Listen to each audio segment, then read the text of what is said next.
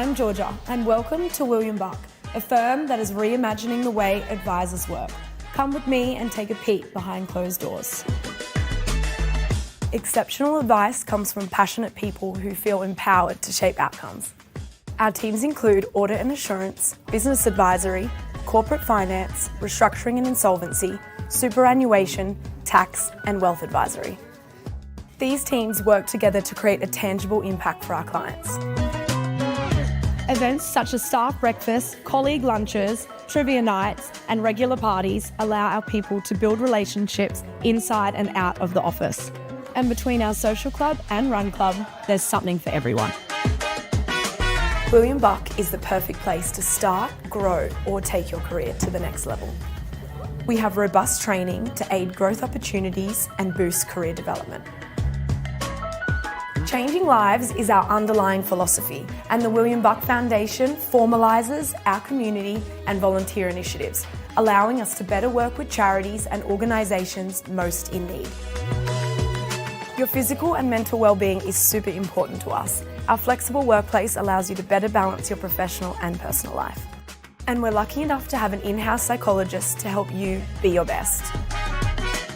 If you want to join a company where friendships are made and careers are built, then come on over to a firm that's delivering more than just advice.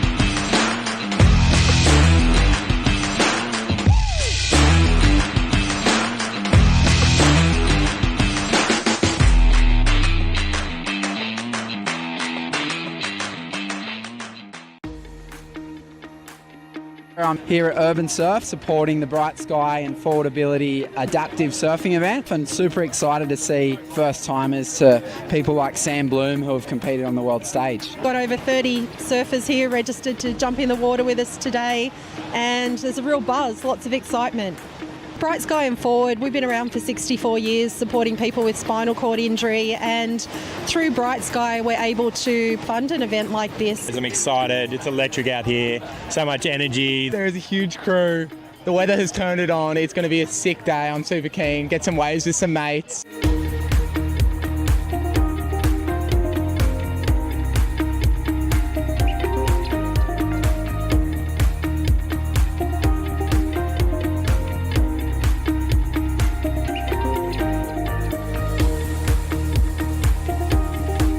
We're lucky to have Sam Bloom here. She's a great ambassador for forward ability support, but also a great advocate for surfing.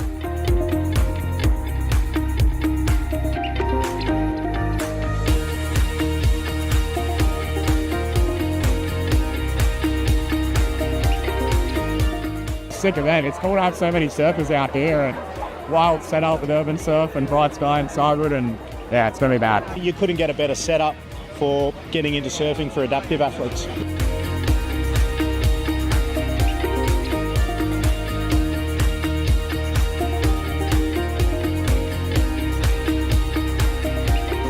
It's incredible that Bright Sky and Affordability have put this event on and have made it happen, and yeah, obviously with the support of Cyberwood. So no, it's awesome. I hope we'll do many more events like this.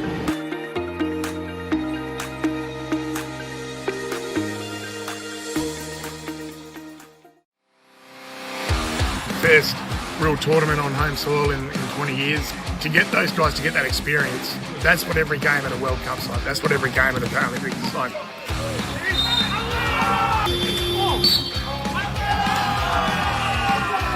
We're trying to build it that they bring the intensity every time, because if they don't, they're not going to get selected. It's like your decision. You turn up and you put in it and train on and play at rollers standards at what we say is gold medal standard. We want to finish in the top 4 at the Worlds. I think that's the next step. We've had wins against the top teams now. We just now consistently need to go to a tournament and do that. I think the future's really bright here in Australia. What WBA have done, and the collaboration now with BA, etc. I think everyone understands that there is a really great opportunity to not only nail Brisbane 32, but then nail it for many years after that. What's up everyone, Jalen Brown here. I'm currently over in Turkey for the 25-26 Turkish League.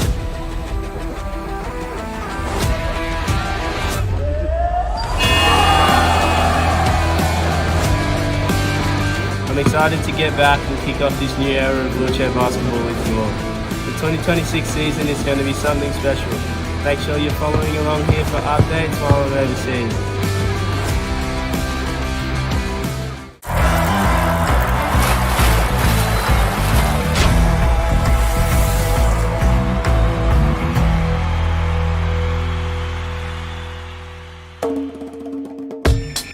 Wheelchair basketball emerged shortly after World War II after it was developed by injured servicemen. It became a foundation Paralympic sport at the 1960 Games and is now one of the world's most recognisable wheelchair sports. Athletes who play wheelchair basketball have a physical impairment.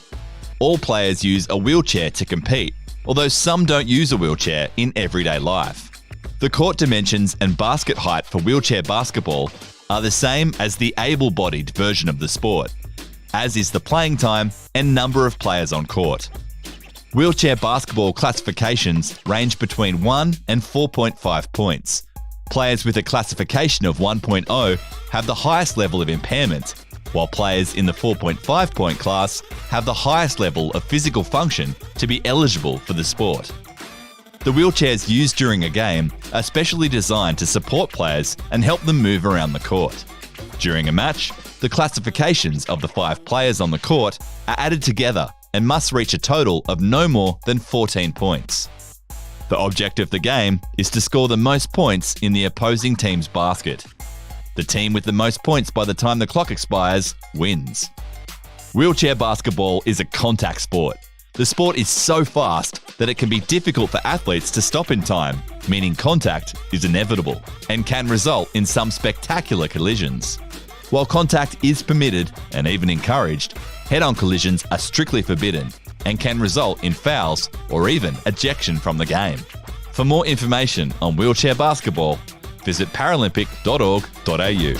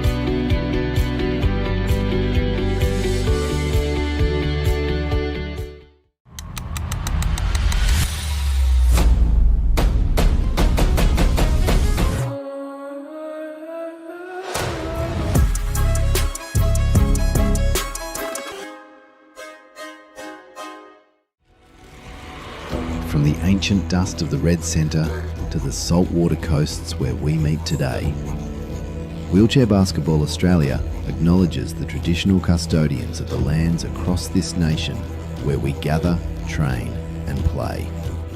We stand on the shoulders of giants, honouring the spirit of the first Indigenous Australian to wear the green and gold at an Olympic or Paralympic Games. Their journey is etched into the very fabric of our league. Across every court and every community, we celebrate the enduring spirit of Aboriginal and Torres Strait Islander peoples. Together, we share in a legacy of strength, culture, and the game we love.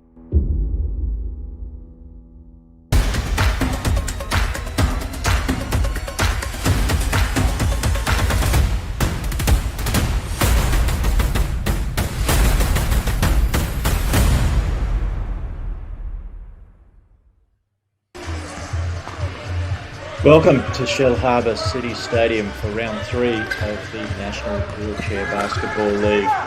Tonight's contest, the first of 3 games in a series between the home Wollongong ROLLERHAWKS, sponsored by Just Better Care, and the Red Dust Healers from Victoria, who are put together courtesy of Outback Academy. It's been a successful start to the year for both these teams. The ROLLERHAWKS sitting at 6-0 after series wins over Southern Districts and Perth, and the Red Dust Healers sitting with a 5-1 record after 2 wins and 1 loss in Perth, and then 3 victories over the Victoria Marvels last week. My name's Brendan Parnell.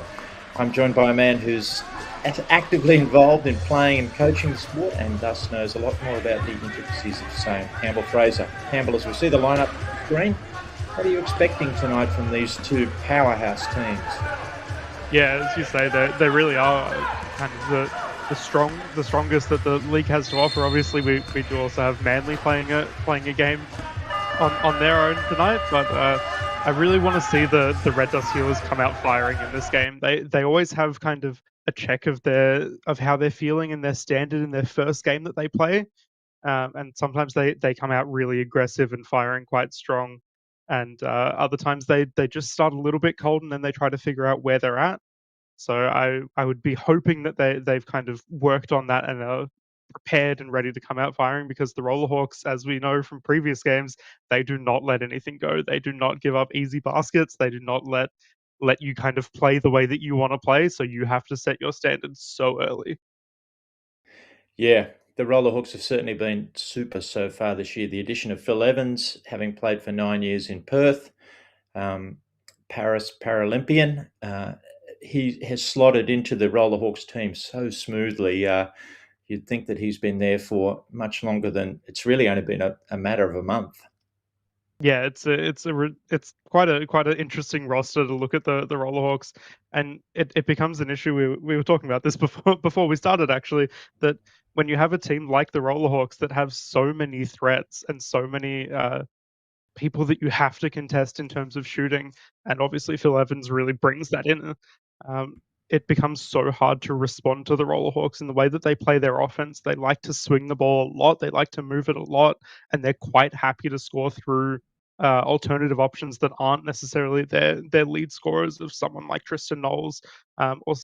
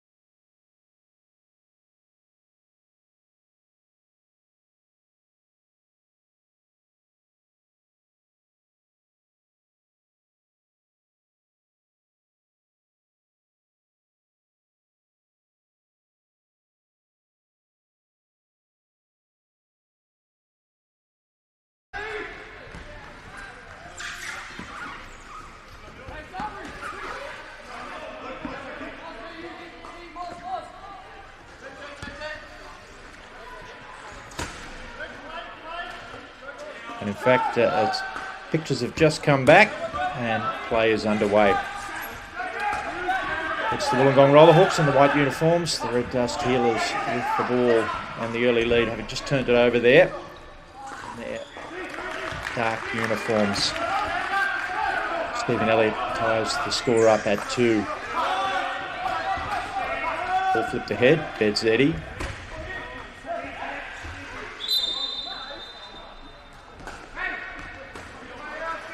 Play just held up there. It'll be the Red Dust Healers to resume possession.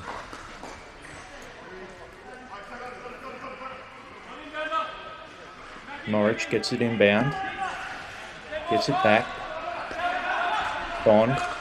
Shot clock becoming an issue. Back to Morridge. A little outside his range. He kicks it on. That continues to count. Shots off. Popel the rebound.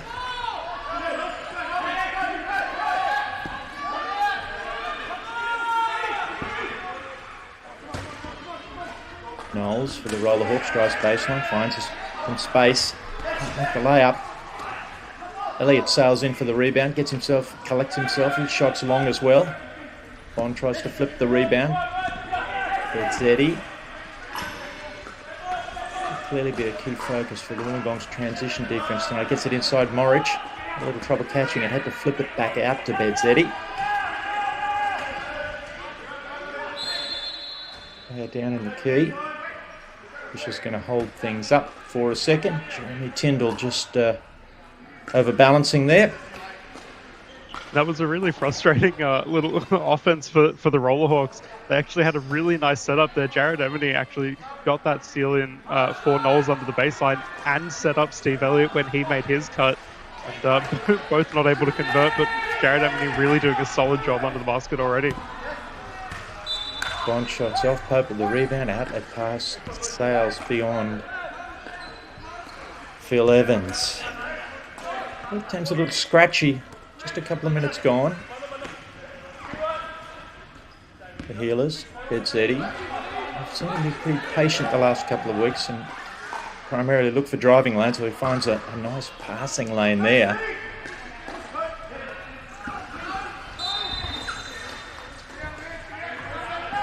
Just couldn't get it to go. Knowles is fouled at the backcourt. Officials, the three-man crew, just doing the switch around there. Make sure they're always watching something different. Tristan Knowles, of course, we talked about in the opening, multiple Paralympians, a 6-time Paralympian himself. Still playing. The linchpins of the Australian Rollers team that'll head off to the World Championships in September this year in Canada. He rolls into a 3, right on cue, boom! Three-point shooting's been up and down since the Rollers series, but showed some signs of coming back to life last week. A couple of offensive explosions. Bedzetti drives, middle. Nice pass inside. Damon Fent just rolling the lane there, able to finish. Popel, Evans, Popel gets it back. I saw last week Popel, Evans and Knowles presenting a bit of a triangle on the perimeter. Causes all sorts of problems for most defences. Bond comes to get Popel, he skips it across. Evans rolls into the 3. Elliott scrambles but can't get there for the rebound. That's really nice defense from the Healers. They're really forcing the ROLLERHAWKS out onto that perimeter. We know that they do have a lot of perimeter shooting. They have pretty much all of the ROLLERHAWKS I would trust on the perimeter to take that shot. But as long as you're forcing them into that position, not letting Steve Elliott under the basket, not letting Tristan Knowles under the basket, that's kind of going to be the way forward for the Healers, I think. Bedzetti gives one of his patented body fakes there. Stephen Elliott thought he was going left. He went right. Stephen Elliott fell on top of him. Collects the foul. Knowles comes and retreats again. Bond skips the pass. Shots off. Knowles rolls into another 3. Boom again. Really transition, just a loss there, mismatch. The Red Dust Healers He's the one person on the floor you don't want to let roll in rhythm. With that shot.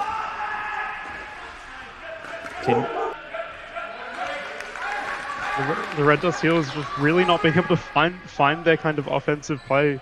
They finally found it at the end there, but they've had a couple fast breaks already just by the way that the Rollhawks are playing, and they're not able to kind of get their setup.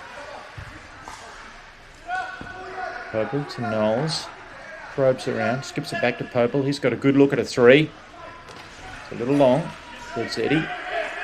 Towers through the middle to get hold of that rebound. Pushes a Wollongong defender on the floor in the back court. It's Eddie looking. There's to be some sort of mismatch somewhere. Skips a pass across to Bond. Bent can't get it to go. We see a substitution. The officials wait. One of them, in fact, we're going to have a timeout. Coach Stivner's deciding he wants to have a chat about things. Early stages, just a tick under 5 minutes gone. First quarter, this round 3 clash coming to you from Shellharbour City Stadium. It's the home Wollongong Rollerhawks by just the 2 points. Yeah, and I suspect that's part of the conversation that's going to be happening now. It's not that we're unhappy with how the Rollerhawks are playing, but potentially their lead should be a little bit higher by the way they're playing. They've forced a few outside shots that really should have gone, or in other games would have gone, and just haven't this time. And the Heels have kind of gotten a few more chances than they potentially should have under their basket. There was one offense there where it was quite apparent that the Healers were able to bring down those boards. I think it was the third shot eventually that they put up that managed to be the one that goes. And the Rollerhawks will be kind of wanting to kind of rein that in, pull the boards in, and not allow those second chance points. Yeah, it's about as animated as Coach Stivner's gets there. You'll see him in the background as the camera pans across the Rollerhawks huddle. Hannah Dodd onto the floor. Of course, the Women's National Wheelchair Basketball League having a break this weekend. Several of the women's players also playing the men's league. Hannah just one of those. She's an invaluable contributor coming in at the 1 point spot. The card for the Tristan Knowles makes a baseline shot.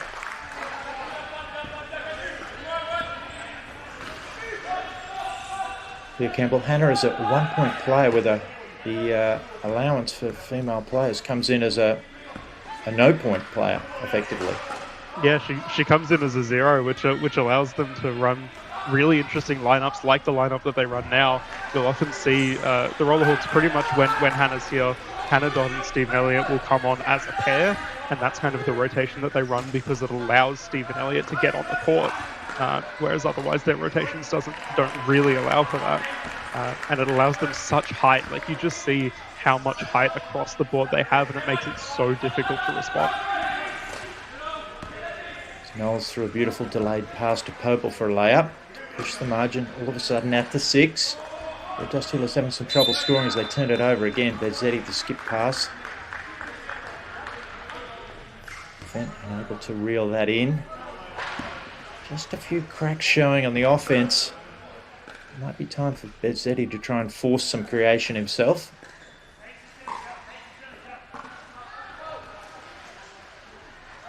Knowles left alone, has a think about it, and makes it.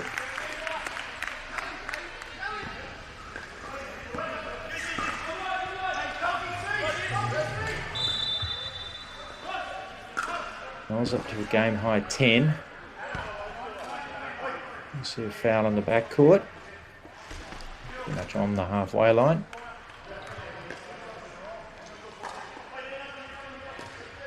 And Fent assisted to get up there.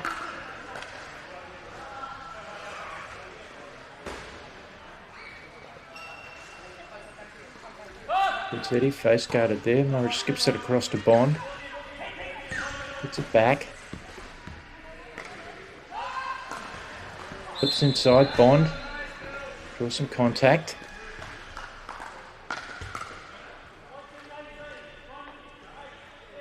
Phil Evans with that foul. It'll just be his first. No particular trouble for either team at the moment. The Rollerhawks with just the 2 team fouls. And the Red Dust Healers just the 1. That's a frustrating foul to collect there. Mitch Bond was pretty far onto the basket and really didn't have a line. And I think actually if they both stayed side by side and didn't play for the ball, obviously it's so hard to not play for the ball because it's right in front of you. I think he actually would have had defensive position and probably wouldn't have drawn that foul if he hadn't played a little bit towards the ball. A little loop play there for Bond. He couldn't get a shot off. Back to Bedzetti. A shot fake. Leans into one. He's way long on the bank shot. Popel the rebound. Rollerhawks often doing exactly that, rolling.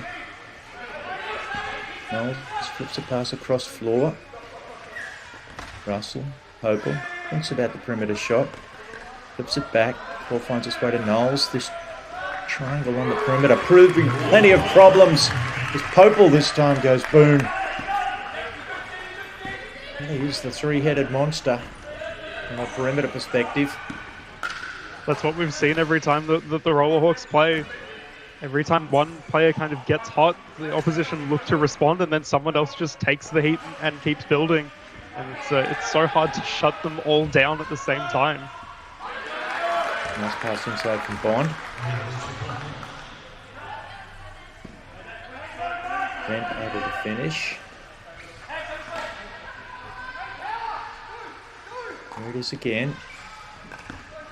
Elliott and Dodd screening down on the block areas.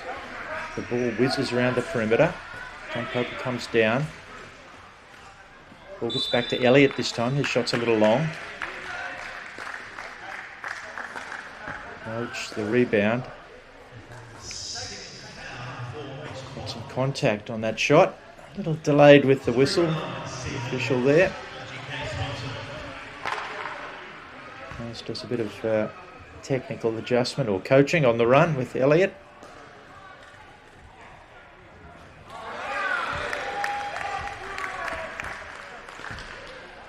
Whatever he said must have worked. The first one was good. First free throw, that is.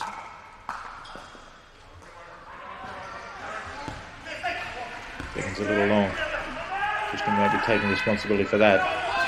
Kendall the rebound. Bedzetti. He's struggled to score thus far.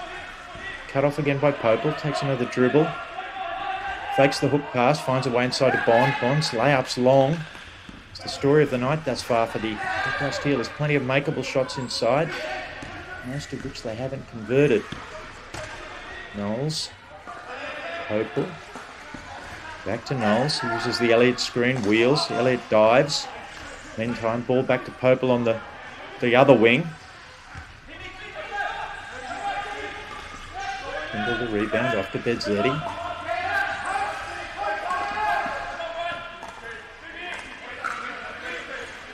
Just struggling to find cutters. Bond, shot that he would normally take. He goes for another pass inside.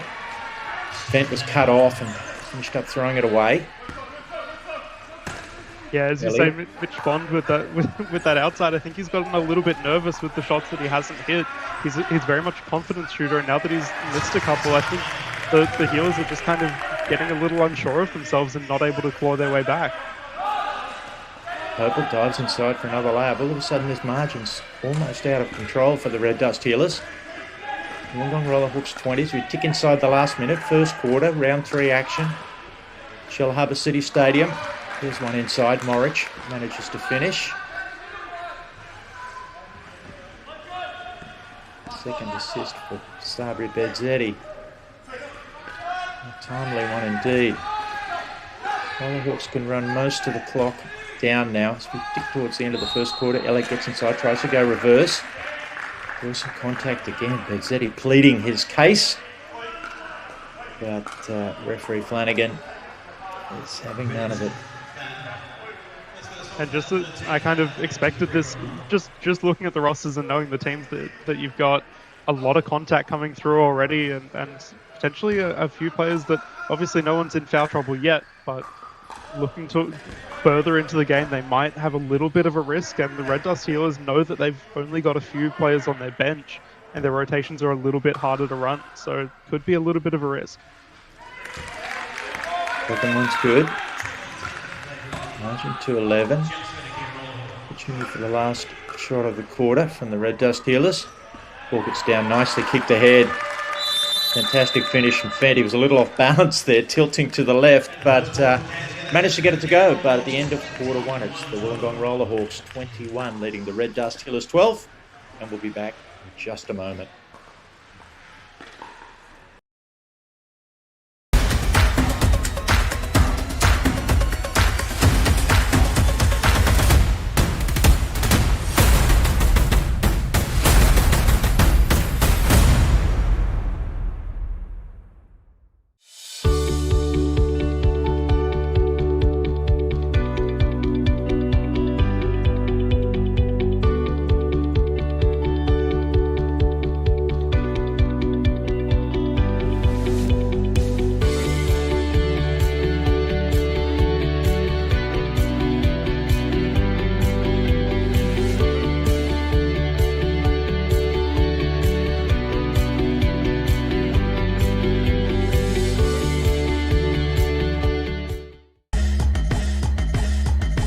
Hi, I'm Georgia, and welcome to William Buck, a firm that is reimagining the way advisors work. Come with me and take a peek behind closed doors. Exceptional advice comes from passionate people who feel empowered to shape outcomes. Our teams include audit and assurance, business advisory, corporate finance, restructuring and insolvency, superannuation, tax, and wealth advisory. These teams work together to create a tangible impact for our clients.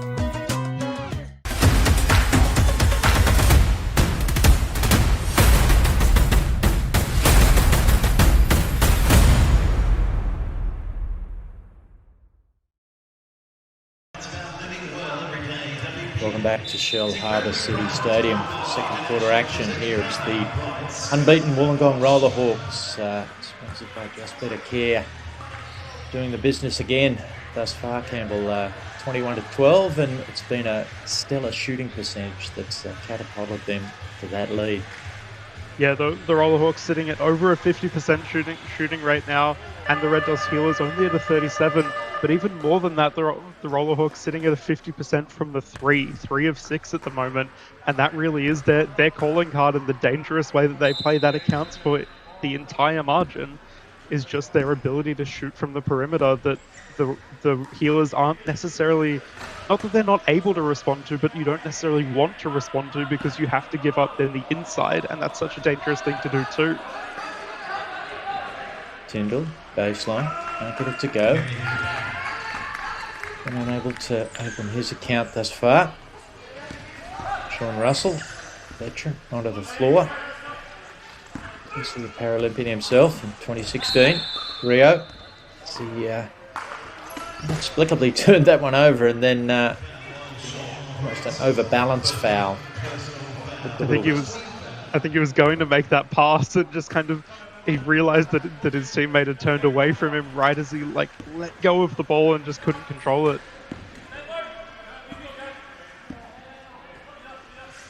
Tyndall hands off to Bond. Very quiet thus far. Just the 2 points. They look for offense, but he gets a nice pass that time to Tyndall, cutting down the middle. ROLLERHAWKS defense found a little wanting there. Shifted from side to side.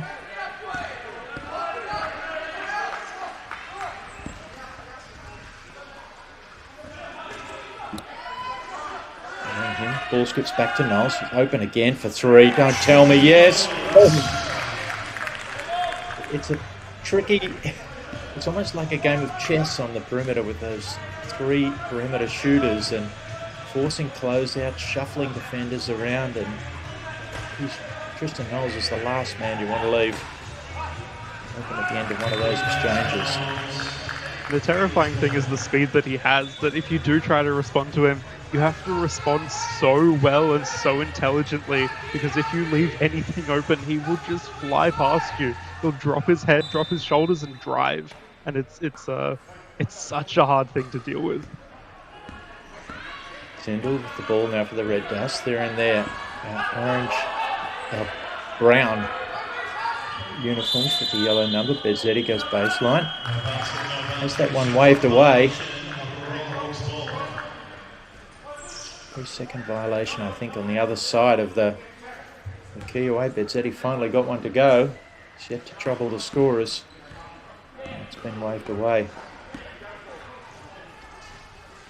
Popel. To the open. Knowles this time probes down the free throw line, throws a couple of pass fakes, kicks it back to Popel. He collects himself, repositions, goes glass. That's good.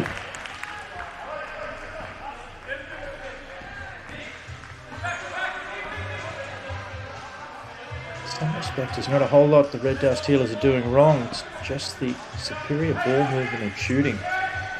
The Rollerhawks. Bond. Bezzetti. Another one off. Transition this time. Knowles rolling ahead of the field. It's the layup. I think if you were going to say that the Healers were doing anything particularly wrong, I think it's that right there. It's that controlling the ball, really protecting the ball and kind of taking care of it. They've had a few passes that have just gone not really their way, and they're just kind of getting ahead of themselves, getting a bit flustered. Almost symptomatic there. Beautiful pass from Bond inside to Bezzetti. He missed the point-blank layup, managed to get hold of the ball, switch hands in mid-air. Finish with his left on the second opportunity. Knowles goes head fake, drives middle, wheels away in his own peculiar fashion, kicks the ball away. It's a surprise to see a shot go off from Knowles the way he's shooting tonight. Tyndall flips it across the floor to Morich. Bezzetti's rolling the lane. Morris goes the other way. Then handoff back to Morich, over to Bezzetti. Draws a couple, back to Bond. That's one he can make. Short on this occasion. Russell the rebound. Popel just checking what numbers he has available. Cut off by Morich. Flips it back across. Even that one's a little long for Tristan Knowles. Back to Popel. He's wide open. Lovely screen there. Phil Evans facilitating that open look. It's off, thankfully, for the Red Dust Healers. Tyndall. Bezzetti. Drives middle. Up on one wheel. Offensive foul, the call. Defenders, it's pretty much a league-wide scouting report, is to cut the driving lane down for Bezzetti. Yeah, and that's what the Rollerhawks have done so well so far, is just controlling Sabri Bezzetti. We know that when he's on fire, there's nothing that you can do to stop the Healers. But if you can control him and really slow him down, especially the way that he starts a game really sets his pace for most of it. And I think that's what the Rollerhawks have done exactly, is they've really controlled him, put the fire blank over him, and made sure that he doesn't get any option. We see a couple of substitutions come in just there. Tasha Ovens, another of the female players, on in 6 for the Red Dust Healers. Then with Oscar Magera, who's had a pretty promising start to the season. Somehow Knowles gets his way inside and swats at the rebound, can't control it. Bezzetti comes away with it. Gets past a couple of defenders. It's another offensive foul.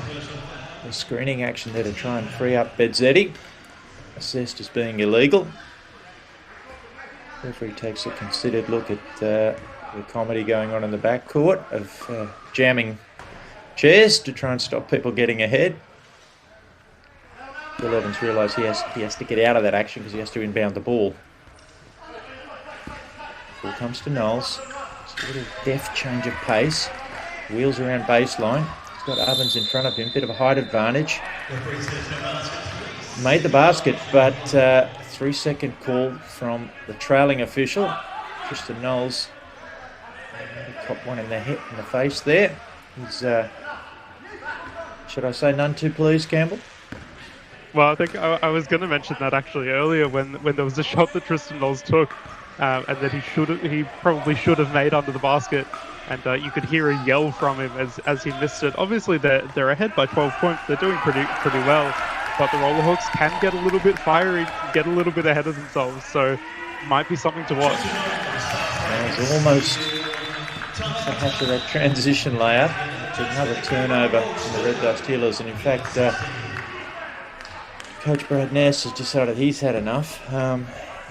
He's sitting there looking a little disconsolate. He probably can't believe how things are transpiring at the moment, because it is, in fact, all the Wollongong Rollerhawks. We just see the rebounding statistic there. Nothing significant in that. It's really just been the controlled ball movement and shooting and finishing of the Wollongong Rollerhawks. Yeah, and I suspect a lot of those rebounds for the Healers are actually their offensive rebounds. They've collected a lot on their kind of second chance points that the Rollerhawks haven't quite been able to shut down, or haven't been able to shut down as effectively as they have in other games. But the Healers just not finding their transition quite as strong. They had a few fast breaks that really look like they should have converted and haven't been able to. And the Rollerhawks, once they get into their set defense, they are so strong. They're so hard to penetrate. And the Healers don't really have an outside shot. As we spoke about in the first round that the Healers played, they went, 70-something minutes in the collective first and second game without taking a three. They don't like to shoot outside. They like to look for their inside option. Obviously, Sabri Bedzedi is a massive player. He sits inside the key and is very powerful from there. So the Rollerhawks are quite happy to just set their defense and allow the perimeter shooting if they want to take it, and we know that the Healers don't. Yeah, probably if there was, clearly the player or the player to come back into the Red Dust Healers team will change that equation. Jalen Brown being a significant perimeter threat. But until that happens, they can look a little one-dimensional. Their ball movement, once the penetration's allowed, is quite a thing of beauty, but particularly the Bedzedi, one of the more creative passers in the league. But if that initial penetration is not available, they can stall a little bit. And Mitch Bond also hasn't quite been the outside shooter that we know he is and has been in other games. He hasn't quite found his range in this game yet, and he's usually the option that they'll kick to outside. So potentially he needs to find his range quickly before the Healers get too far away from their lead, from their deficit rather. Nogueira misses inside, but shows his length, the long arm, poking that rebound back. Ball comes inside eventually to Bedzedi. He's able to finish. Nogueira might be a little bit of a wild card with his length inside. Maybe he can change some things, reverse the rebounding situation as Russell's wide open inside. Poper finds him with a lovely pass. At the moment, it's Tristan Knowles leading all scorers, 17 points. Luke Popel on 9, and it's been quite the perimeter show. Bedzedi drives baseline, draws some contact. No call. Looks around at the official. Knowles rolling the other way. Under 4 minutes remaining. Knowles keeps the ball. Series of pass fakes and shimmies and finds a lane all the way to the basket. I think that was a really unlucky transition into defense for the Healers. They had a player down in the backcourt, and I think the ball actually moved on the other side to that player, and that was enough for the referees to consider that player not in danger. And I was expecting the transition to stop. That really would have helped them in a little bit more comfort, but they weren't able to get away with it. And that's a mini disaster there for the Red Healers. Bedzedi thought he saw a lane. Defender got there. Offensive foul. That's Bedzedi's third. He will more than likely have to take a spell.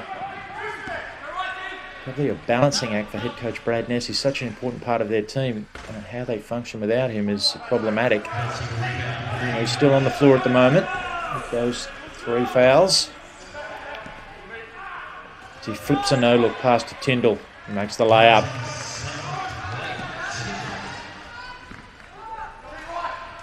(34-20). Just a touch over 3 minutes remaining. Round 3 action as Knowles posts up inside. Gets the ball, sails that layup attempt well long. He leans back in his chair and examines the ceiling here at Shell Harbour City Stadium in frustration.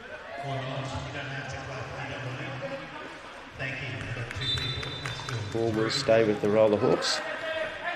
It's out to Evans. Back to Knowles. Flips it back to Evans. He's wide open for three. Ball takes a look inside. Rebound with the Red Dust Healers, but Mitch Bond just out of his chair temporarily. Fisher just calls a halt to allow him to adjust.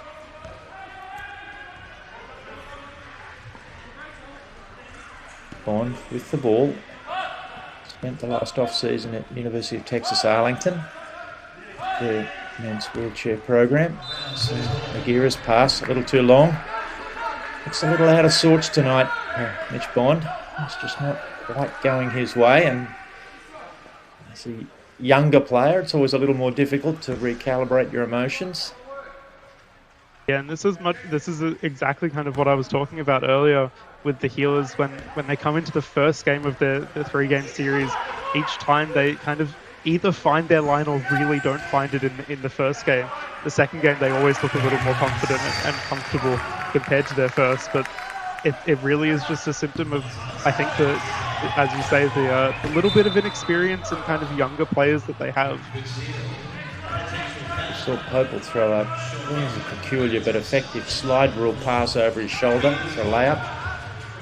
The Red Dust Healers managed to turn it over again on the inbound pass, but Sean Russell was moving so quickly when he got the steal that he just careened into one of the almost unsuspecting defenders for the Red Dust Healers and was assessed with the offensive foul. It's been a game of contact so far. There's been a lot of contact coming in. I'm almost, not that I'm encouraging this, but I'm almost waiting to see the reactions that will come out of some players and essentially the fire that could kind of erupt. Berzetti playing with the 3 fouls. Goes down, throws it away. Rollerhawks release immediately. Barrett Emeny can't get the layup to go. Berzetti somehow sailed back to contest that shot. Just put it off.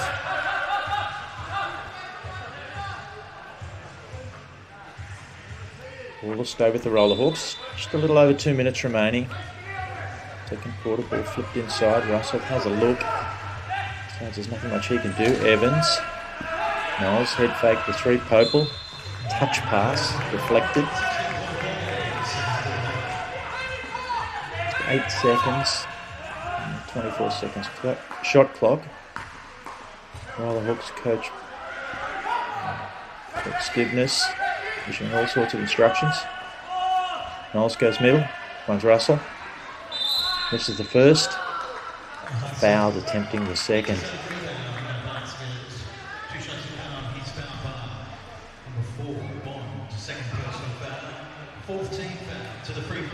Second personal foul for Mitch Bond. The foul's racking up. Jeremy Tyndall sitting on 2, and of course Sabri Berzetti sitting on 3. Red Dust Healers.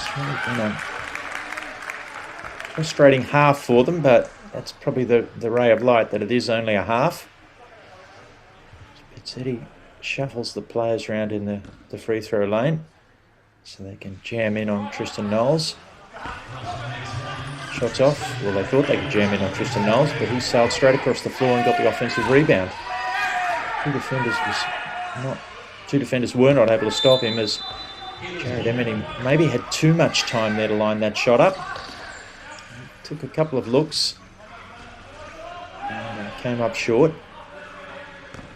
You can see the kind of talk and the conversation on the Healers' defense just really isn't there and isn't quite switching on early enough. As you say, 2 defenders kind of trying to commit to players and just not finding their way to do it. And even their passing on their offensive side also just going so wayward. Mitch Bond threw one away. Another bad pass. It was certainly a clumsy attempted foul to contest that Popel shot. But Popel doesn't look too bothered. He's just calmly setting up his chair on the free throw line. There was some suggestion on a couple of the benches there that maybe that might be unsportsmanlike. I think I would not have been surprised if that had come in as unsportsmanlike. There was an attempt at the ball, and there was a good dive for it, but it was a pretty fast-paced foul to kind of come in with. I think that is just a little bit of the frustration that the Healers are probably feeling at the moment. The position that they're in, and just feeling a little bit unsure and just getting a bit angry, a bit annoyed. Of course, that's Mitch Bond's third foul. His second and third coming very close together. Will Crooks takes his place on the floor. Purple makes one of two. Ball's in. Tasha Ovens flips it back to Bedzetti. To Tyndall. Eminent comes to get him. Bedzetti drives middle. Flips it back to Tyndall. He measures that one. It comes up short. Russell the rebound. Evans and Popel running a two-man game on transition. Popel inside, trailing Russell. Magira, long arm, reels that rebound in. Jared Emeny with the pretty willing foul, should I say, in the backcourt there. Just he's happy to concede that one. I think that's been a lot of the contact in this game. I would say is willing fouls, pretty comfortable to make contact, and it's what you want to see. It's a good thing to see that energy and that effort. Potentially the Healers just getting a little bit ahead of it. The Dust Healers turned it over again from that sideline inbound. They're extremely lucky not to have another two-point layup run back down on top of them. Ball gets to Tyndall on the baseline from Bedzetti. Tyndall flips the pass back to Bedzetti. Drives to the elbow, back to Tyndall. Not much player movement. Ball's deflected away. Really short shot clock now. The Dust Healers. The Hawks trying to get themselves organised. They realise this is probably going to be catch and shoot. Bedzetti lets it fly. Way off. And three, had to force that up.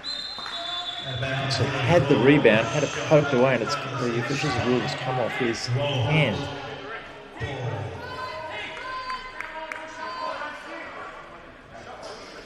No, they've changed their minds. They certainly did signal that way.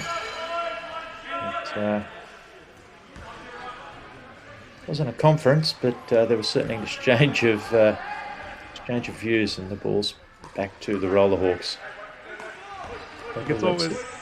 It's always a little bit of a give and take sometimes, but I think there's a lot of respect for the experience that the players have, and sometimes when they have a little bit of input to the referees, they're willing to listen, especially with both of these teams having such experience. They were holding for the last shot there, the ROLLERHAWKS, and found a way to make it. And drawn the foul as well. Shane Russell just the height advantage inside.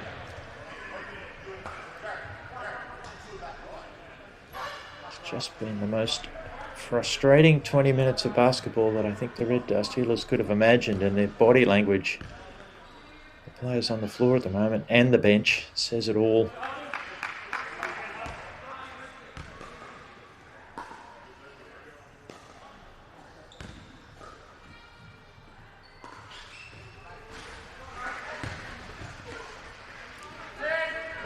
For them, Russell's off with both. Somehow Knowles comes up with the rebound. Ball's flipped out. Bench counting the shot clock down. Russell inside.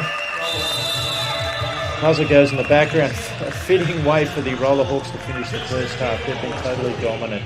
It's the Wollongong ROLLERHAWKS 40, the Red Dust Healers 20.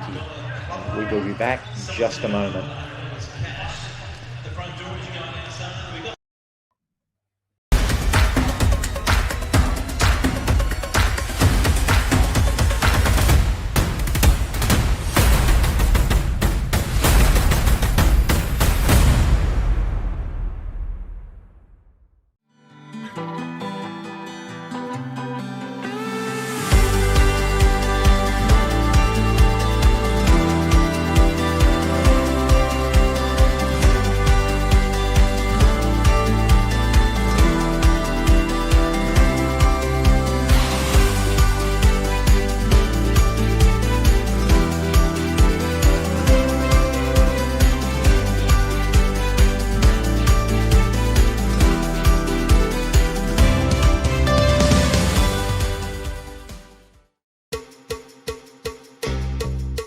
I'm Nicholas Marachi. I'm a Senior Manager in the Tax Services team here at William Buck in Victoria. William Buck has a really good environment of innovating and really changing things up where we need to adapt. And as tax law changes, our way of administering it and our way of preparing advice also changes, and we're adapting to that. The firm has a really good culture of acknowledging good behaviours and good efforts and outstanding outcomes from staff members. The Victorian office offers an Excellence Award to an outstanding staff member. That was a really humbling experience for me. Usually I'm not short for words, but I was short for words at that point in time. What's up everyone, Jalen Brown here. I'm currently over in Turkey for the 25-26 Turkish League.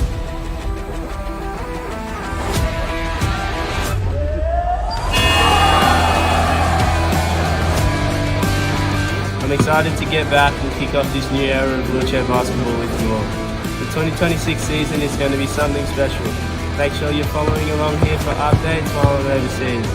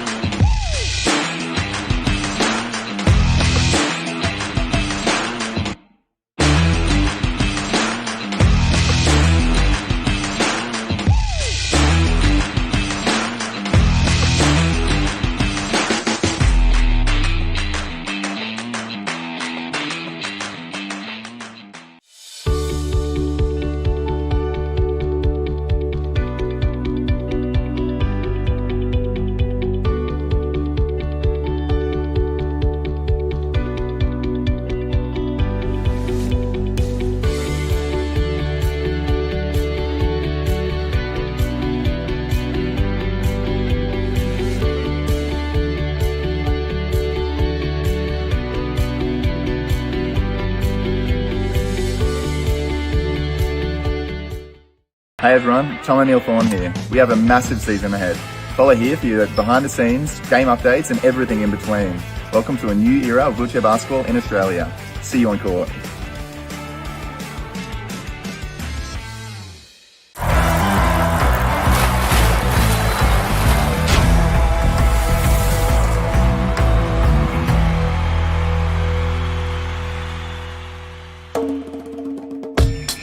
Wheelchair basketball emerged shortly after World War II after it was developed by injured servicemen. It became a foundation Paralympic sport at the 1960 Games and is now one of the world's most recognisable wheelchair sports. Athletes who play wheelchair basketball have a physical impairment. All players use a wheelchair to compete, although some don't use a wheelchair in everyday life. The court dimensions and basket height for wheelchair basketball are the same as the able-bodied version of the sport, as is the playing time and number of players on court. Wheelchair basketball classifications range between 1 and 4.5 points. Players with a classification of 1.0 have the highest level of impairment, while players in the 4.5 point class have the highest level of physical function to be eligible for the sport. The wheelchairs used during a game are specially designed to support players and help them move around the court. During a match, the classifications of the 5 players on the court are added together and must reach a total of no more than 14 points. The object of the game is to score the most points in the opposing team's basket. The team with the most points by the time the clock expires wins. Wheelchair basketball is a contact sport. The sport is so fast that it can be difficult for athletes to stop in time, meaning contact is inevitable and can result in some spectacular collisions. While contact is permitted and even encouraged, head-on collisions are strictly forbidden and can result in fouls or even ejection from the game. For more information on wheelchair basketball, visit paralympic.org.au.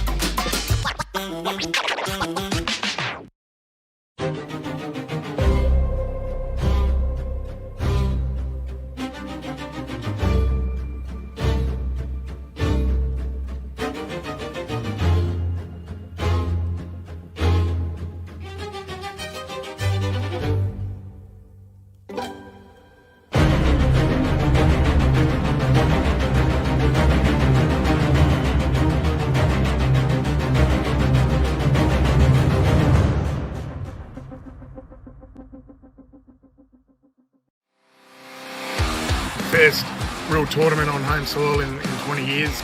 To get those guys to get that experience, that's what every game at a World Cup's like. That's what every game at a Paralympics is like.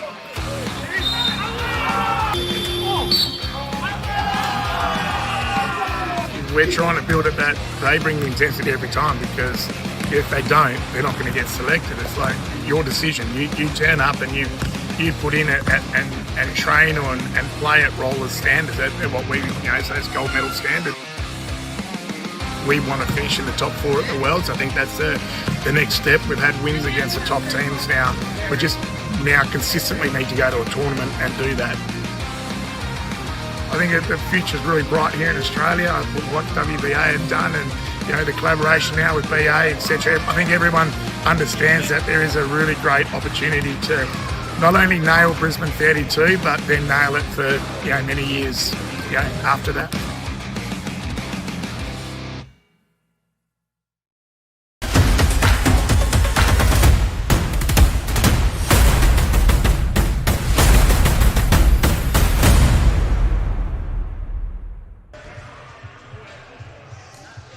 Welcome back at Shell Harbour City Stadium in Wollongong, just south of Sydney, and it's been a first half dominated by the home Just Better Care Wollongong Rollerhawks. As we look at some of the highlights, my co-commentator Campbell Fraser. Campbell, what can you say about the Rollerhawks?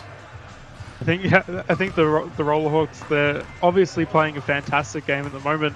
Their shooting is absolutely incredible, as it is every single round that we see them. But I think it's that outside shooting, it's that three threat that they have. They've shot 4 from 8 at the moment, and that's just such a difficult thing for the Healers to respond to, and that they haven't really been able to respond to enough, and haven't been able to jump in preparation for those shots to go up. It feels like their defense is always kind of scrambling, and the Rollerhawks, once they get their defense set, they are so comfortable and so within themselves and know exactly how they're playing. If we look at some of the raw numbers, probably a little deceptive. 13 2-point makes for the Rollerhawks to 10 for the Red Dust Healers, but the 4 3-point makes from just 8 attempts for the Rollerhawks. Of course, Tristan Knowles 3 of 4 from that line. They've shot the only free throws of the game. Rebounding pretty equal, but the turnover count is a stark reminder of what's been going on for the Red Dust Healers. Yeah, the Healers, especially in that first quarter, they had a lot of turnovers just off kind of bad passes and awkward kind of ways that they were looking to push their transition. Especially their inbounding wasn't quite where it should be. They got a few points actually under the basket, just because the Rollerhawks didn't really pull in their rebounds as strongly as they could have, and that's why the rebounds are quite equal. But those turnovers are just kind of it's a difficult thing. I'm not sure I would put a number on it, but there does seem to be a feeling that once you see a turnover count that high, that you can't feel good about it. You can't feel good about how things are going to look. Yeah, there is I think once it gets to 25 or 30, it becomes almost impossible to win statistically, unless a whole lot of other things go your way. From an individual perspective, it's Tristan Knowles, of course, leading the way with 19 points. He's thrown in 6 rebounds and 3 assists for good measure. Luke Popel, one of the other parts of that 3-headed monster. We probably have to come up with a better name than that, Campbell, for the perimeter alignment that the Rollerhawks have favoured, but Luke Popel has 10, 4 rebounds, 5 assists, and 11's a quieter game, but certainly just as effective in moving that ball around. He's the other part of that perimeter alignment for the home team. He has a couple of points, but 4 assists. And for the Red Dust Healers, the bad news is that Sabri Bezzetti picked up his 4th personal foul just before half-time, so if Coach Brad Ness wasn't thinking things about enough, here's his star import. He's going to be constrained with foul trouble right through this second half. Players underway. Rollerhawks with the ball in the white uniforms. Red Dust Healers the rebound. One of the first transition attempts for possibilities for them tonight. Magira does a great jump stop there. Puts the ball to Morridge. And he makes the opening score of the second half. And that's much better composure from the Healers, that chase down, but also stopping, turning, rather than looking for your drive, thinking where your teammates will be. actually kind of paying attention and playing a bit more of their offense that we've been waiting to see. And right on cue, Tristan Knowles goes boom again. 4 of 5 threes. Just given a little window there on the perimeter, and he immediately puts a stop to that revival from the Red Dust Healers. And they've compounded the error by committing a 3-second violation.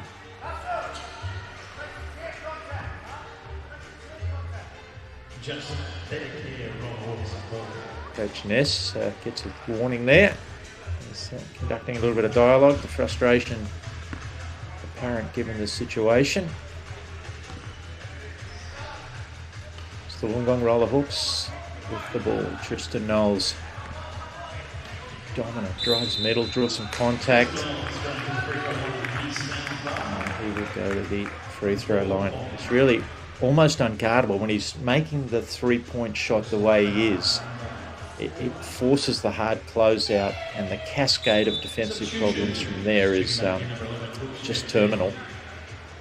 Yeah, that's where you see a lot of the issues come in for the Healers, where their communication isn't quite there. It's not quite quick enough, and it is possible to cover Tristan Knowles when he's playing like that, but it has to be so on point. And I think that foul was brought in just because the conversation wasn't quite there quite there in time, and the defense couldn't respond.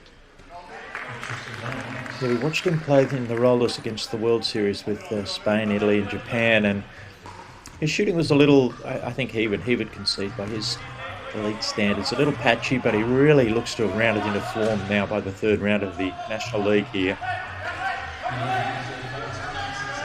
Another shot's off. Evans the rebound to Popel.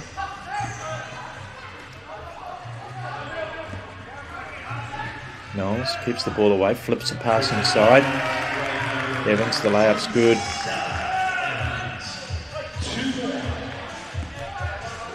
Margin out to 24. Just been a stellar performance from the home team. It's a joy to watch.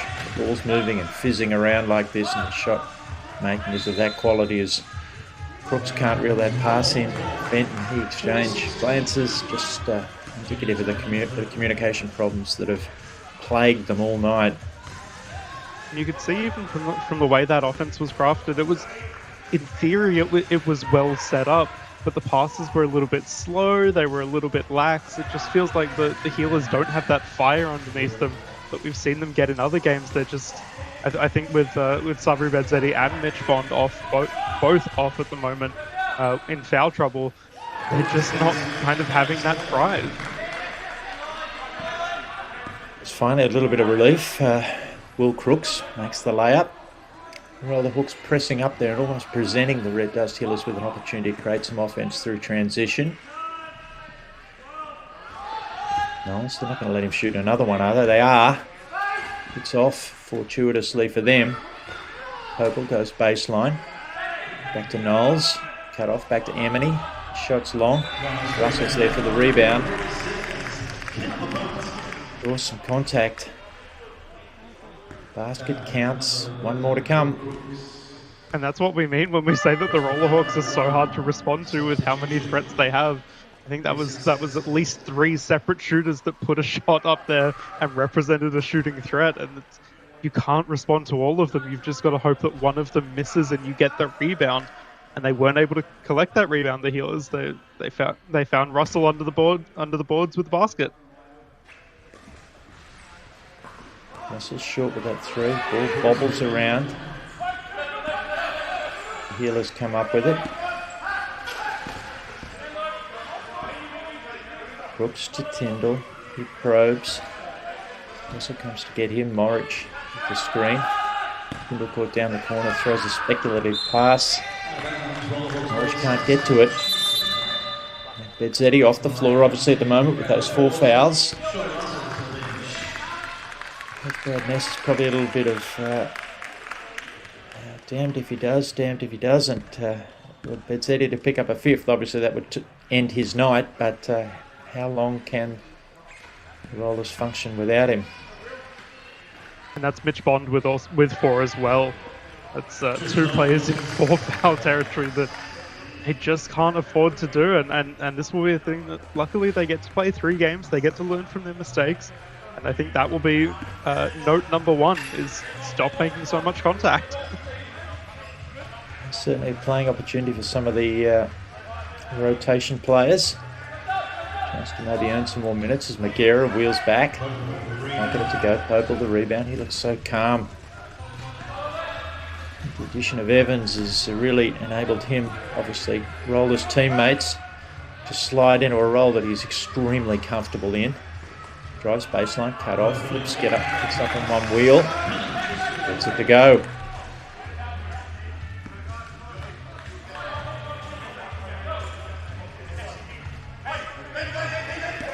Norwich for the Healers. Timber flips inside Magera. Good reach. Good contact. Collected that catch. Smith checks in and he checks out.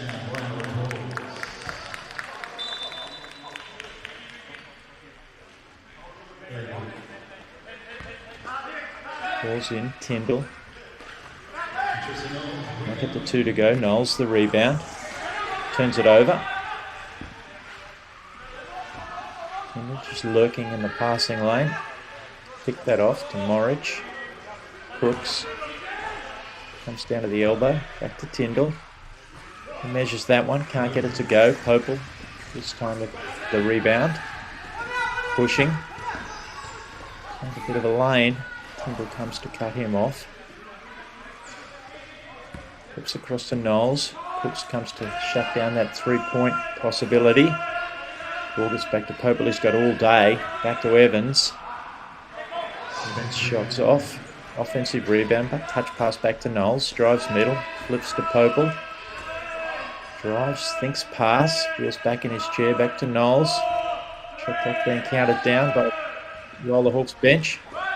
Knowles is off. Magera. Norwich. Probes. Back to Magera. Norwich. Magera dives this time. Inside now the ball flips across the other side of the floor to Tyndall. Shot clock an issue.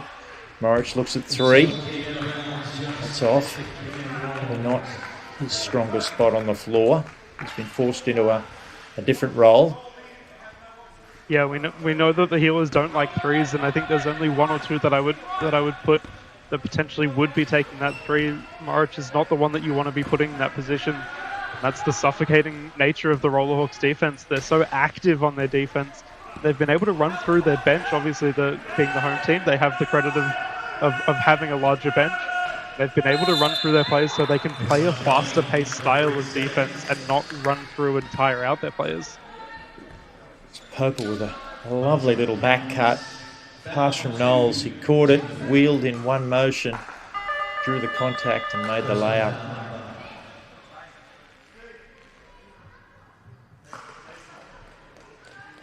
Substitution was hands together. Substitution.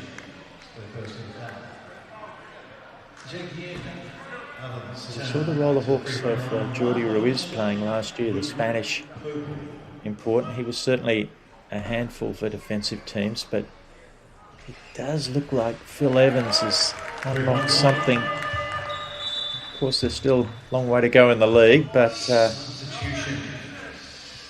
ball movement seems to be getting progressively better and more instinctive.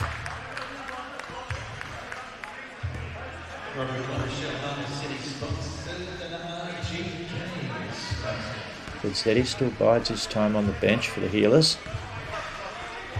Norwich with the ball.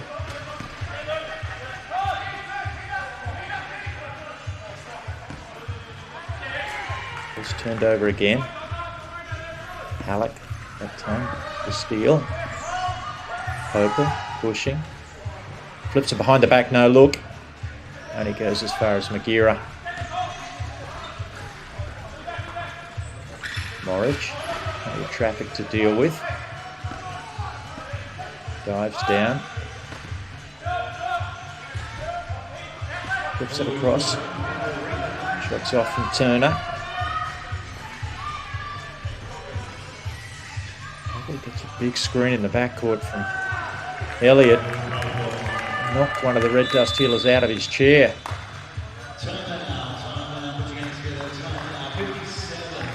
The Red Dust Healers are going to have a chat about things. Just 3 minutes remaining in this third quarter. The ROLLERHAWKS have put their foot down. 57-24. Yeah, the ROLLERHAWKS just refusing to kind of let up on the way that they're playing. They have put on a few of their players that probably get a few less minutes. It's nice to see Ethan Halleck getting a good run in here, and he's really showing his value. That the ROLLERHAWKS aren't slipping at all. They're not in a position where they're slowly losing their lead and then looking to gain it back up and going back and forth.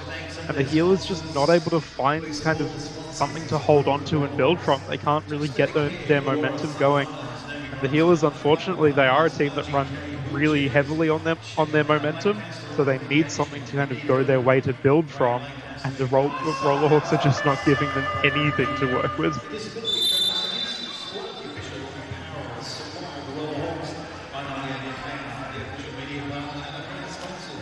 ROLLERHAWKS make their way back up from this timeout. Plenty of contented faces on that bench. Knowles been taking a spell the last few minutes. Well deserved one at that. Round of applause for the sponsors who support the ROLLERHAWKS. It keeps them on board and travelling the world. One more time. Plays underway. Morridge with the ball for the Red Dust Healers. It's game one of a 3-game series down here in Wollongong. It's back to Crooks for the Healers. He's cut off. He's looking at Magira inside the Popel. Shot the gap. Came up with the steal. Elliott. Popel continues the weaving drive through the middle. Is it poked away?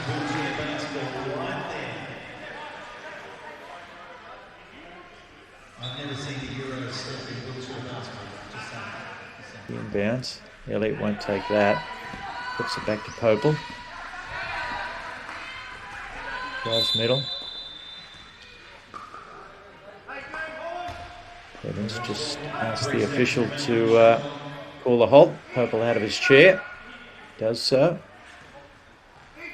Short shot clock again. The ROLLERHAWKS. They're not going to reset there. Popel thinks about it. Back cut. Smith gets it to go. Fantastic shot fake come past there from Luke Popel. And that's the drive that the ROLLERHAWKS have. They have a scoring opportunity on every player. They have an option everywhere that you look.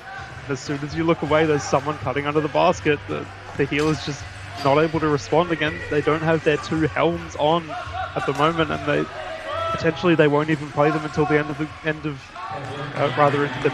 the last quarter. And it's just so difficult for them to get anything to go. Offensive foul. Turner drawing that one. Alan Smith throws his head back. Agrees. We kick down towards the end of the third quarter. It's been a ROLLERHAWKS clinic tonight, Friday night in Shell Harbour City Stadium. National Wheelchair Basketball League brought to you by Bright Sky Australia. The Red Dust Healers, who were sitting on 5 wins and 1 loss before this evening's game. A bit of a reality check. I think that offensive set was really kind of emblematic of what the Healers have been doing. There was a beautiful pass there into Magira, almost under the basket, and just not able to convert the shot. And it's they've been doing things right and not able to finish, and then their passing gets a little bit wayward. It feels like everything they're doing on paper is right, and they're just not kind of executing at the level that they usually do. They've managed to minimise the turnovers a little bit this quarter. They still sit on 19. The shooting percentage is down to 33% at the moment, compared to the Rollerhawks sitting at a very healthy 50% from the field.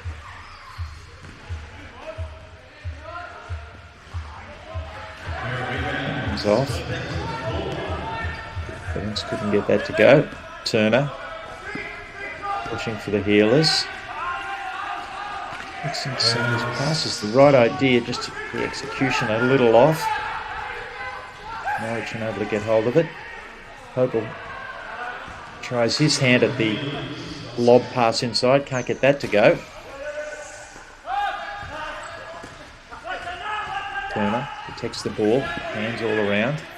Norwich rolls over, gets it. Closing stages, third quarter. The Hawks should get the ball back. Norwich gets that to fall. A friendly roll. Nice chance for the Rollerhawks. They can run this thing down. The last shot, Luke Popel aware of that. Norwich pops out of his chair. Popel holds things up. He's signalling one shot. He's left alone from three and goes boom to finish the quarter. Really just the Red Dust Healers going to sleep again, but the Wollongong Rollerhawks there take full advantage. They lead 62-27 as we head to a third quarter break.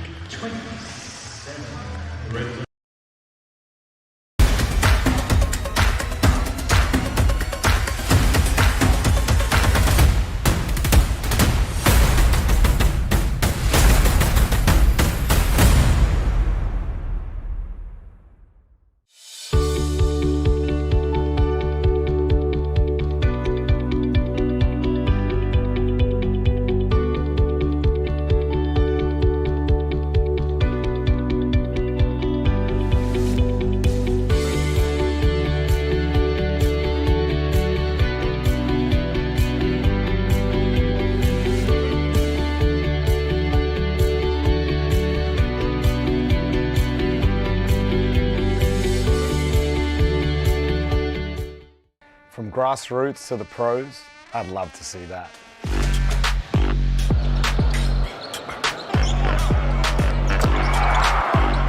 Where style meets performance, I'd love to see that.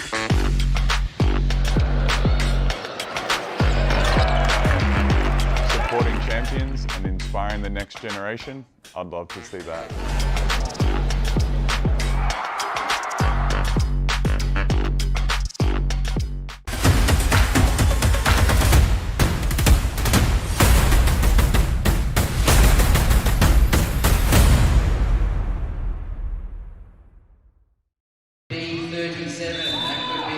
Back to Shell Harbour City Stadium, as you can see in the foreground, clearly designated. It's round 3 of the National Wheelchair Basketball League. First of 3 games between the home Just Better Care Wollongong Rollerhawks and the Red Dust Healers, and it's been all the Rollerhawks. And Campbell, it was the Tristan Knowles show for about the first 23 minutes. He's taken a spell, and the man who might be responsible for potentially the quietest triple-double in the history of the world, Luke Popel, here that just seems to glide around, hit a 3 right on the buzzer of three-quarter time. He has 18 points, 9 rebounds, 7 assists. He's just compiled them so effortlessly. Yeah, he's one of those players to really pay attention to. He doesn't call a lot of attention to himself. He doesn't do anything super fancy. Obviously, hitting a 3 like that at the end of the towards the end of the quarter is a fantastic thing, but he really operates so cleanly, so effectively that it really doesn't call a lot of attention. You have to focus on him to realize how much damage he's doing to the Healers' defense, especially his cutting, his ability to read the play and find his line, so effective.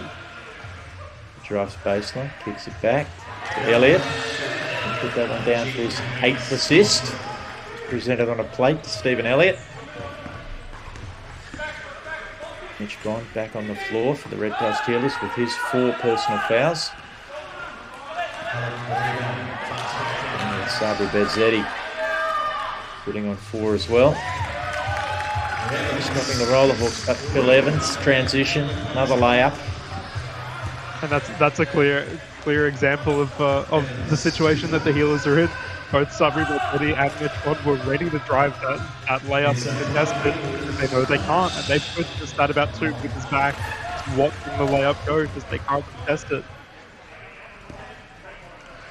Ryan Morridge makes it 2 inside.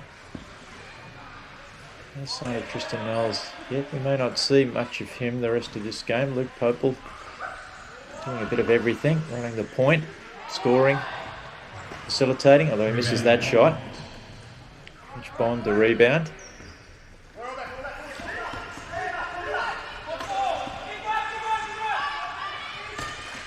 Slaps the ball, looks inside, finds Tyndall. It's a little out of control, and accordingly, an offensive foul. That'll be number 4 on Jeremy Tyndall. Just a foul fest for the visitors this opening game.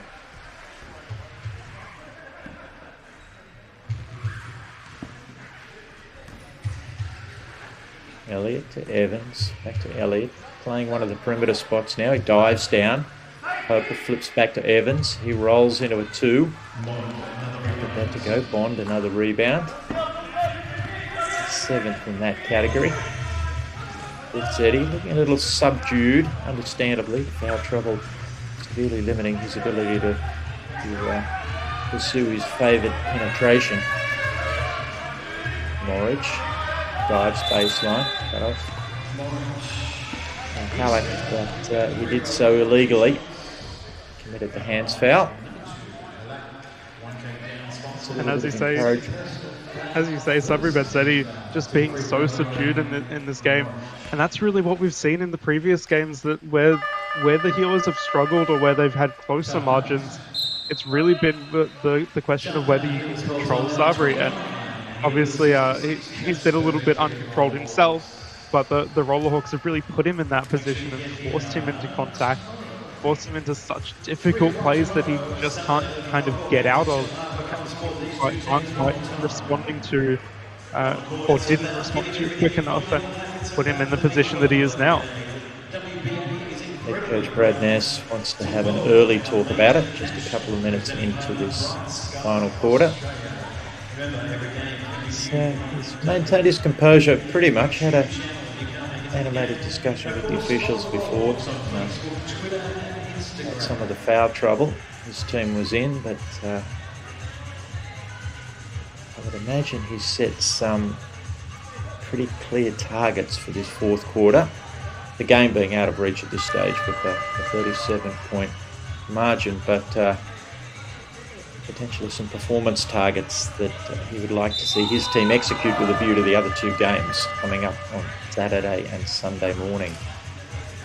Yeah, and you'd have to think that part of this will be going home after the game and clipping all of the fouls that they collected in this game, and just seeing where things went wrong. I suspect that we know that the Healers can operate under the basket. We know they can score. They're not worried about that. I think it is a question of how they got themselves in that position. If they were able to fix that up a little bit earlier, whether they would have had a much closer scoreline. Norwich makes the first. There's also the old theory, Campbell, of you just throw that one in the bin. Move on to tomorrow night's game. But sometimes too much tape watching of a game that you've been completely overwhelmed in can be overwhelming in itself. But we'll leave that to Brad Ness, far more experienced than we are in those matters. Popel calls out 1 for the Hawks, the offensive play. Popel gets it back, it's the screen. Alec dives. Shot flips back from the perimeter and is off. Bond, another rebound. Almost finding a lane and almost committing an offensive foul. In fact, he has. It's a catastrophe for the youngster, but out of all such things, there are learning experiences, and he's got ahead of himself a fraction there, Campbell. Yeah, I think he was Mitch Bond. He likes to get in the kind of energy of the play, and he gets quite animated. And he's very fast, very agile, and potentially sometimes that can be a little bit of his downfall. He doesn't quite have that elite experience at the international level. He plays in obviously, as we've said, the college system in the US, But I think that composure hasn't quite kicked in as someone that you see, like someone like Tristan Knowles has that speed and just has that little bit more composure to not draw those fouls, especially when you're sitting on 4 already. I believe with 2 points, with 8 rebounds and 6 assists. Something's going right. Filianelli got that shot up, but it was after the 24-second shot clock allowance had expired. Ball back to the Red Dust Healers. Zeddy. Just the 4 points for him tonight, obviously saddled with the foul trouble. Ropes around. Morridge. Been solid. Been forced to do a lot of things with different roles tonight. Evans flips it ahead. Elliott snaps it in, as he likes to do. Draws some contact.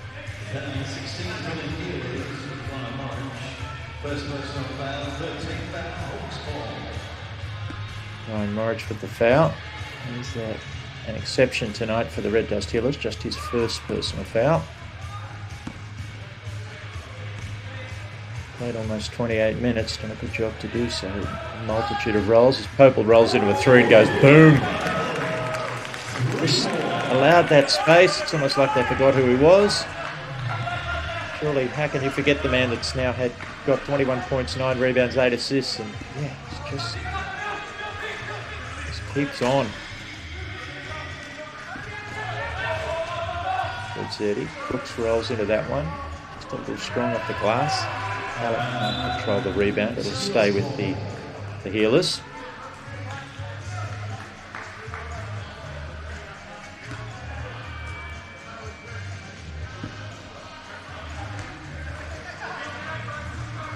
Morridge back at the ball handling duties. Drives down, it's cut off. Flips a pass, Zeddy rolls back in his chair. Shooting, a few things tonight, just a little off. And find the geometry there off the backboard. Evans, cut off. Popel, head fake. No look pass to Evans. Dives down the middle. Popel, just looking, no look. He does go no look to Smith. And he saw it at the last minute, couldn't finish. So he's really enjoying himself out there at the moment, Luke Popel. It's Eddie. Will Evans apologises. Got him across the head there.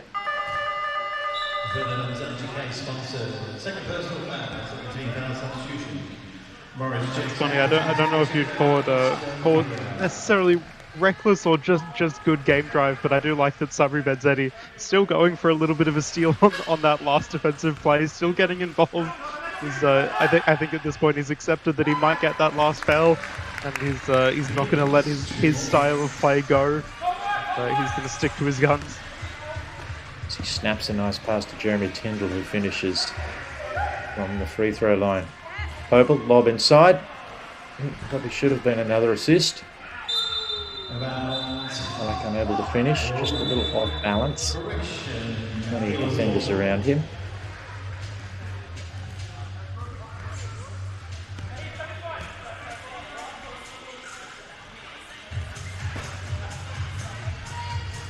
Tyndall for the Healers.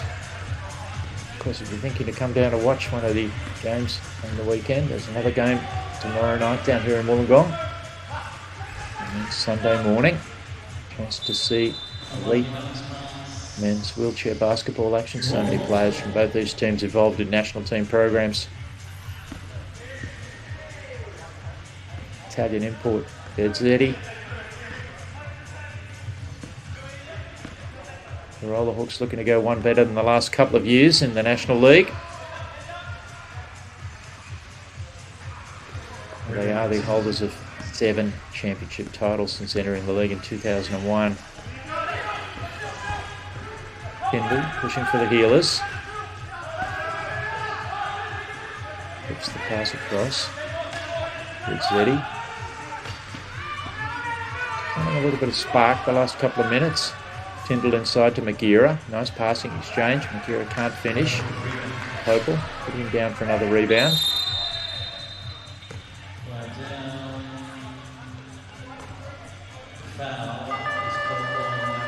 Colin Smith in his chair there. A slight break in play. In fact, it's been assessed as an offensive foul. The Heels still just unable to find really their range under the basket. They're getting a few good options. Oscar Maguera's found a few shots under the basket that look really good, just not quite able to execute. And I suspect that, along with the fouls, their kind of finishing ability will be what they look to kind of bring back in the next couple games that they have to play against the ROLLERHAWKS. Tyndall with the miss at one end, and the transition pass goes astray for the ROLLERHAWKS. Bezzetti finds a lane this time, makes the finger roll. A little more like it. Went to just the first compartment in his bag of tricks. Stage this weekend we'll see a little more from that bag.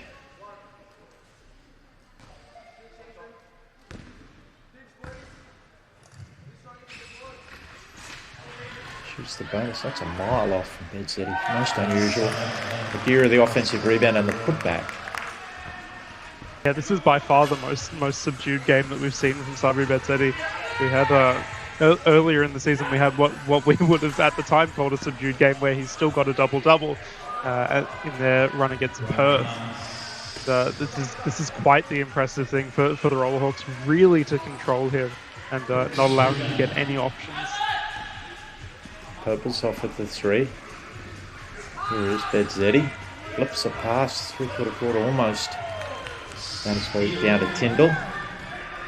Popel streaming the other way, 2-on-1 opportunity. Throws a pass somehow back to Elliott, who's fouled. In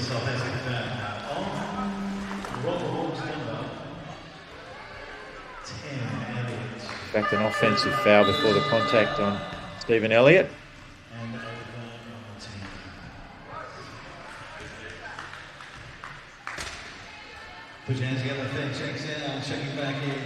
It'll be fascinating to see how the Red Dust Healers are able to respond tomorrow night.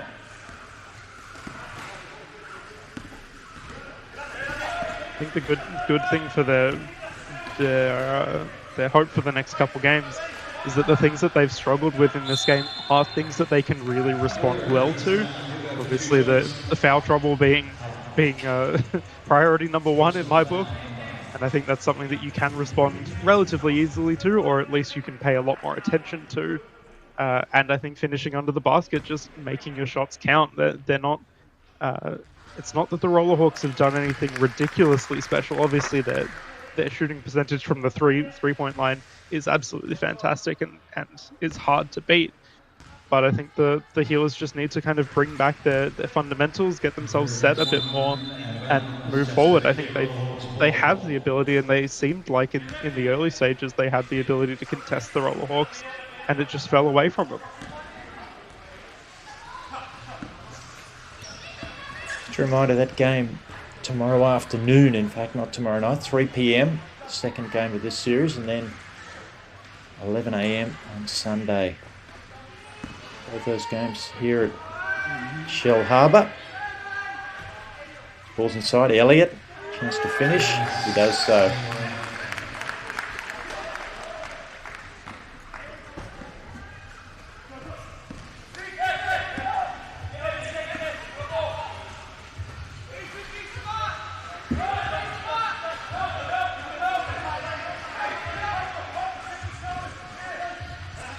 Bezzetti drives, flips it off, shuts off again. A little over a minute remaining. Comprehensive performance here tonight from the ROLLERHAWKS.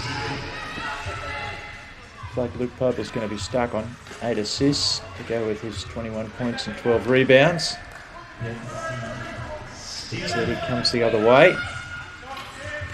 Flips a no-look pass of his own. Maguera can't finish that. Story of the night. Crooks the offensive rebound. Back to Tyndall, back to Bezzetti. Head fake. Drives, flips it to Crooks. He looks at that too. Goes glass. There's a look in and pops out. Bill Evans The waving hands as to slow things down a fraction. Luke Popel goes baseline. Flips a pass inside. Alex has it poked away. 8 seconds on the shot clock for the ROLLERHAWKS to operate here. It's that kind of contention that we saw from Tyndall just then that really is it's not a bad thing by any means, but it is emblematic of how the Heelers have collected those fouls.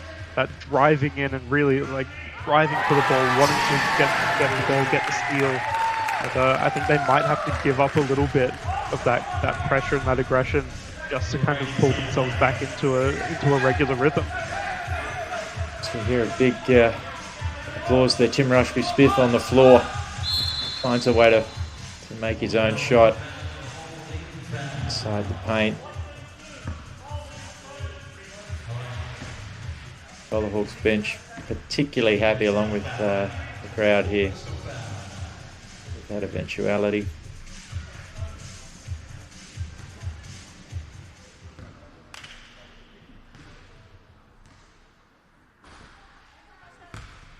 Guerra shakes his head. Free throw sits up there for a second and rolls off.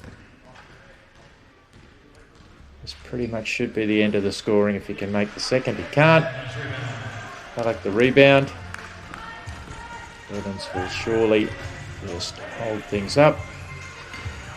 Stephen Elliott wheels around aggressively, but I think he'll be happy enough to dribble the ball out. Ball kicks around. Popel, Evans. I don't know if that was after the buzzer, but it really is all academic. It's been the Wollongong ROLLERHAWKS comprehensive performance in the first game here on this Friday night from the Shell Harbour City Stadium, 73-37. Yeah, the ROLLERHAWKS just looked absolutely dominant from the start. The Heelers looked like they were kind of keeping in line for a little bit, kind of going score for score, kind of being a little bit more in control. And then those fouls really got ahead of the Heelers. They weren't able to recover from that position. And I think they also weren't really able to respond to the dominant cover that came on Sabri Bezzetti. The ROLLERHAWKS really looked to shut him down early and didn't allow him to get anything near what we've usually seen from him in previous games. And I think that was a struggle for the Heelers. They didn't really find anyone else to recover from that. Oscar Magira didn't really find his range under the basket. That was what really would have been their lifeline. See the players just exchanging greetings with the three officials who did a really good job to just the right touch to let this one flow once it got out of hand a little bit for the visitors. Through no fault of their own. Tristan Knowles of 26 minutes, 27 points probably says a lot. As we look at the raw numbers, Wollongong ROLLERHAWKS 24 made 2-point field goals to the Redbreast Heelers 17, but from the scoring perspective, 7 threes, and a lot of those from Popel and Knowles in where defence was left, I was going to say unsuspecting, Campbell, but that's probably not the right word. They just lax, I think. Yeah, I think it's we should know by now the ROLLERHAWKS take a lot of threes and they'll hit a lot of them.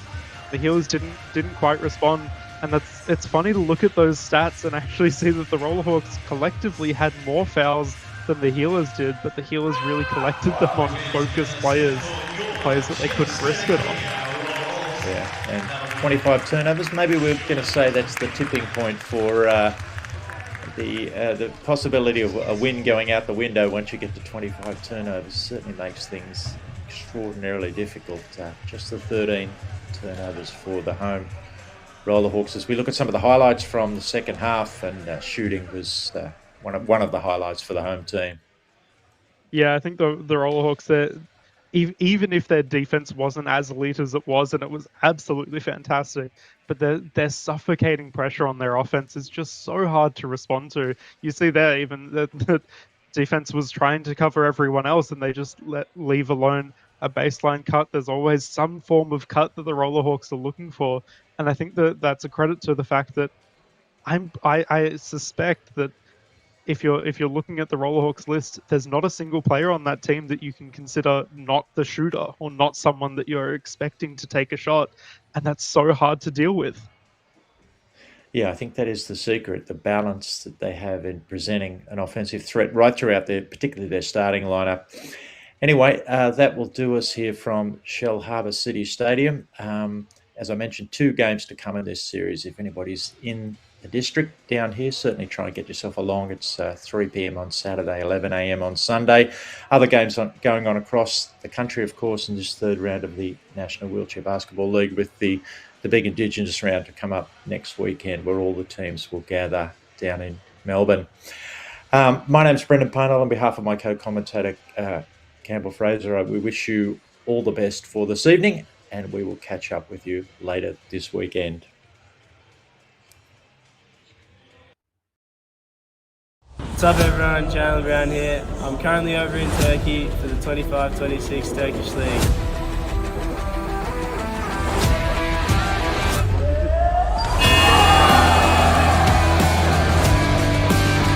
I'm excited to get back and kick off this new era of wheelchair basketball with you all. The 2026 season is going to be something special. Make sure you're following along here for updates while I'm overseas.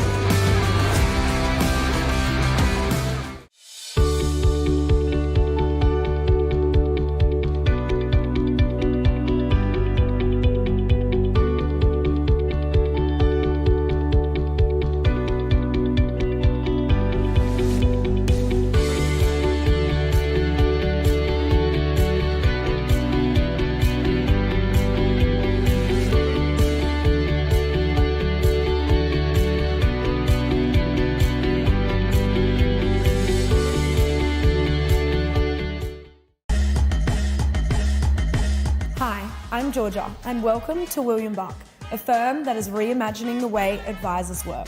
Come with me and take a peek behind closed doors. Exceptional advice comes from passionate people who feel empowered to shape outcomes. Our teams include audit and assurance, business advisory, corporate finance, restructuring and insolvency, superannuation, tax, and wealth advisory. These teams work together to create a tangible impact for our clients. From the suburbs of Melbourne to the world stage, I'd love to see that. Where style meets performance, I'd love to see that.